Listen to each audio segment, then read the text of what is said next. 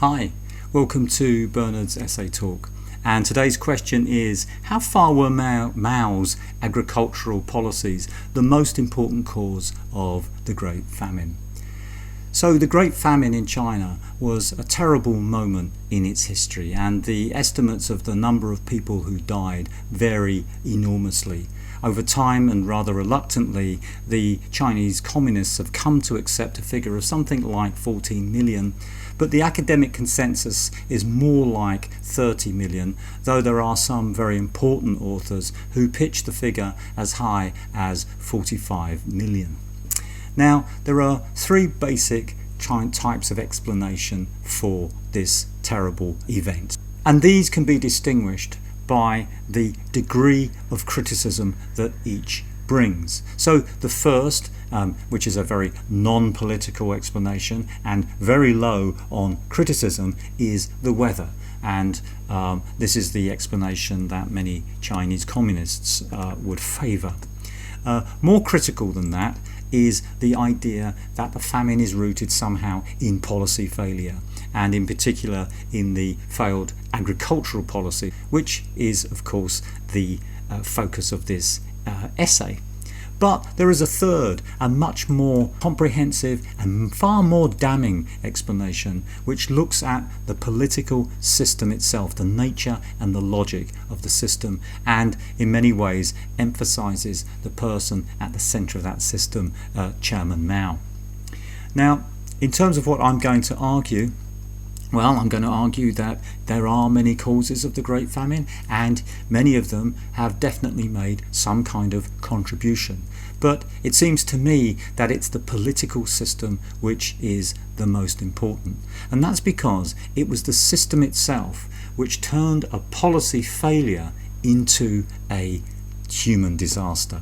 Because bad policy may have reduced the harvest in China, but it's the system which forcibly took food from the starving.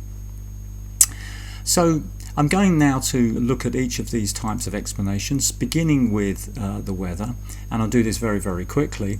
Of course, this is the explanation of choice for those who want to deflect blame, who want to say, well, basically the famine can be explained by a whole consequence of natural disasters, and there definitely were natural disasters. So, for instance, in 1960, there was the worst drought in more than a century, and this was followed by severe flooding.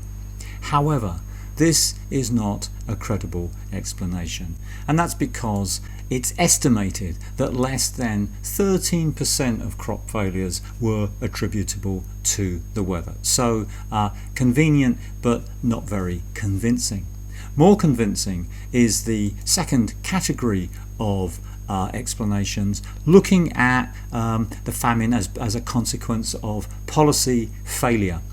And of course there were plenty of these, and I'll just give a quick summary. There's dismissal of expert knowledge, the prioritizing of ideology over science, Mao's over-ambition, and finally the attack on the peasants and their lived existence. And really at the center of all of this was the way that Mao and Mao's policy rejected any kind of idea of expertise. Mao was very dismissive of experts, and he saw kind of scientific standards as a kind of bourgeois superstition. Instead, he's going to tell us that politics is in command. Now, what does this mean? It means that through politics, through will, through mass mobilization, combined by the right thinking and the iron will of Chairman Mao, anything is possible. But with a situation of politics in command, this meant that expertise and planning and knowledge was going to be completely relegated, replaced by ideological purity, replaced by redness, by the leading role of the party, by the glorious masses, and by pure raw politics. And what this meant was that in the great frenzy of building that accompanied the Great Leap Forward, there were all sorts of projects, irrigation projects, for example, thrown up without consulting civil engineers. And these were made on crude approximations of things like the load-bearing strength of the materials used to develop dikes and dams and reservoirs and canals, so that many of these, once the rains came, they collapsed and killed thousands and thousands of peasants, and contributing to the destruction of the harvest. Another example was the idea of ideology over science, where ideas were chosen for their ideological rather than for their scientific value. And this was seen very much with the adoption of Lysenkoism. Now, here is Mr. Lysenko, and he is a kind of pseudo-Soviet scientist producing fake science, particularly in the area of agriculture. And Mao takes his ideas and he makes them the basis of official policy in 1959. In fact, Mao personally drafts an 8-point agricultural constitution, which includes things like close planting and deep ploughing. Now, this was one of the idea of Lysenko, and at the superficial level seems to make sense. It's saying plant the seeds close together, pot them very deep, heap a load of fertilizer on them, and you're going to get double the harvest. Well, what happens in reality is that the plants and the shoots are competing with each other. They're competing for sunlight, they're competing for water, they're competing for nutrients, and what it leads to is crop failure. So again, this is going to contribute to the decline in available food.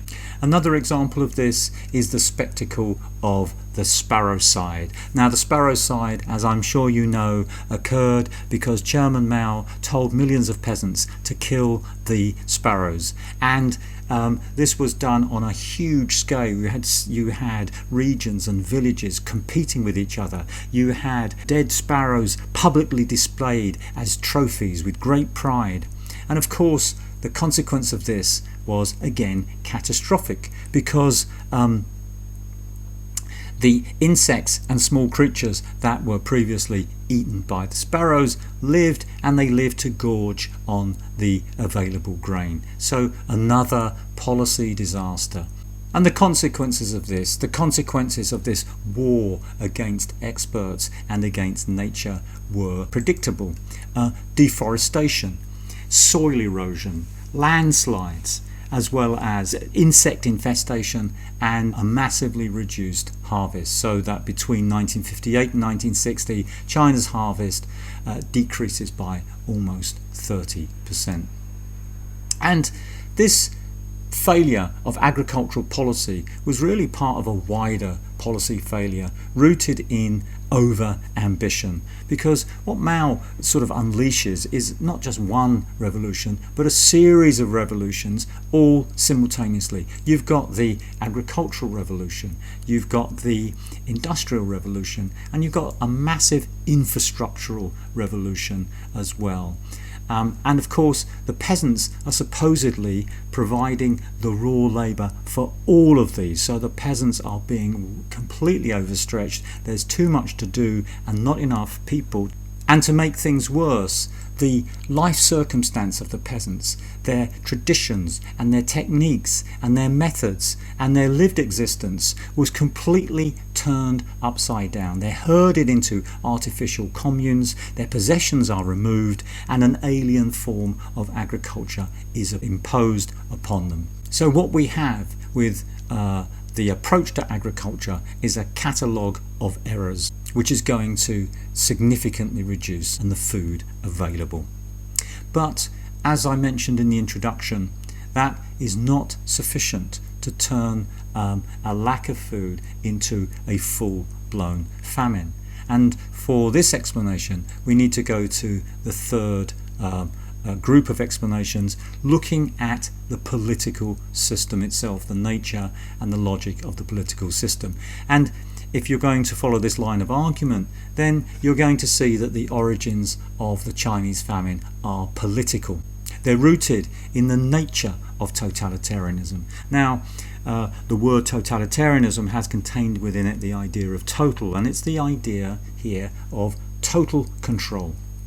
And what we're going to see in China in 1958 is that the party is going to take complete and total control over the peasants, and Mao is increasingly going to take control over the political party.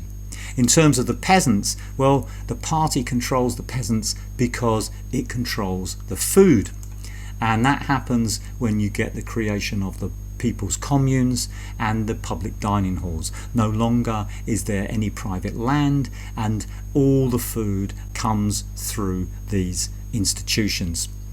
And once the communists have achieved this, then it means they had complete and total control over every aspect of peasant time, peasant labour and peasant life. In terms of the control over the party, well, that comes through a whole series of disloyalty campaigns built on fear and punishment. So that the Great Leap merged with the anti-rightist campaign, which was set up in 1957, which itself followed the 100 Flowers moment, when Chairman Mao said, "Let 100 flowers bloom and contest," and invited the intellectuals to criticise, and the moment they did, they were punished.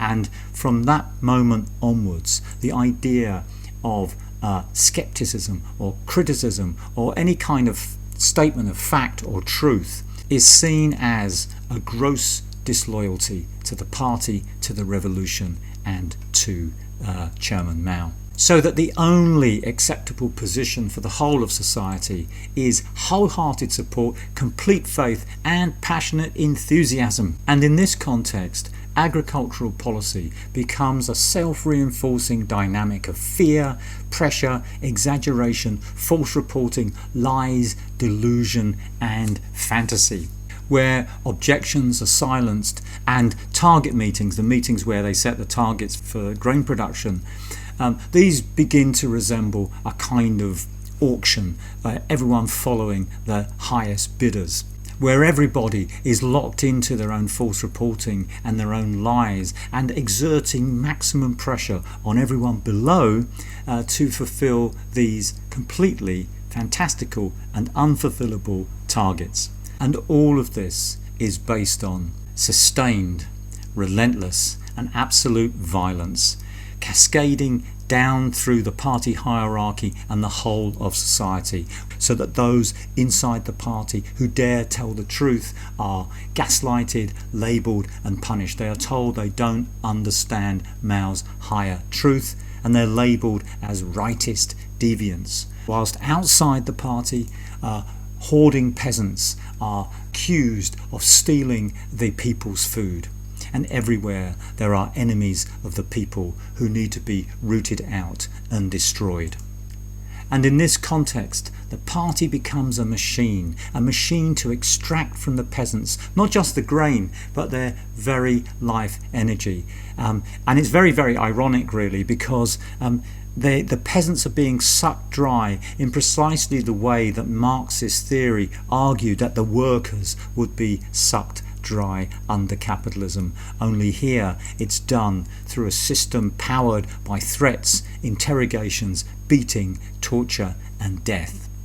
And what this means is that at the very moment, the moment when production is falling and China is teetering on the edge of famine, the state takes more and more of the harvest, taking 17% in 1957, 21% in 1958, 28% in 1959 and 21% in 1960. And its violence and the totalitarian system which underpins all of this. It underpins the forced extraction, and therefore it underpins the famine itself. And all of this is exemplified by the Lushan Conference of 1959, called at the moment when China was just on the edge of famine, where for the first and the last time Mao was challenged by Peng Dehuai, the heroic defense minister. But of course Mao faces down Peng and the whole party and declares talk of famine as tantamount to treason. And that meant that the famine could not be officially recognized, and there could be no official attempts to alleviate what was happening. And for those who take this line of argument, it is Mao who is at the center of this totalitarian system. He's the spider at the center, making it all happen.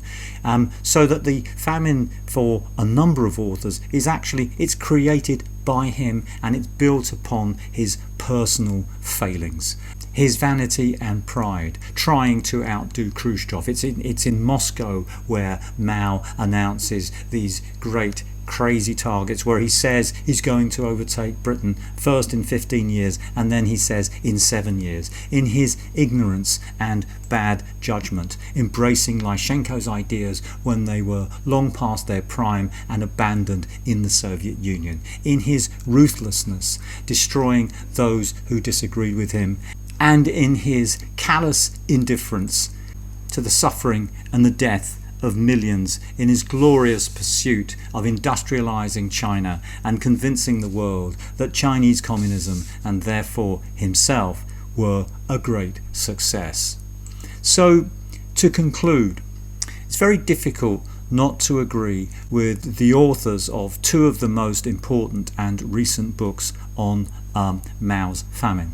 Firstly, from Yang Shizheng, who tells us that the basic reason why millions in China starved to death was because of totalitarianism, and also Frank Decotta, whose Mao's Great Famine, written in 2016, he tells us that the famine was not a misfortune of nature, but a direct and fatal consequence of Mao's decisions. So, Mao's agricultural policies were necessary but not sufficient. They needed to be there for the famine to happen, but they didn't create it. What created it was Mao's totalitarianism. This is what transformed bad policy into a human disaster. And I'll leave the final word to that great philosopher, Homer. Oh, look at him sleeping. He's like a little angel that killed 50 million people. Yes, you are. Yes, you are.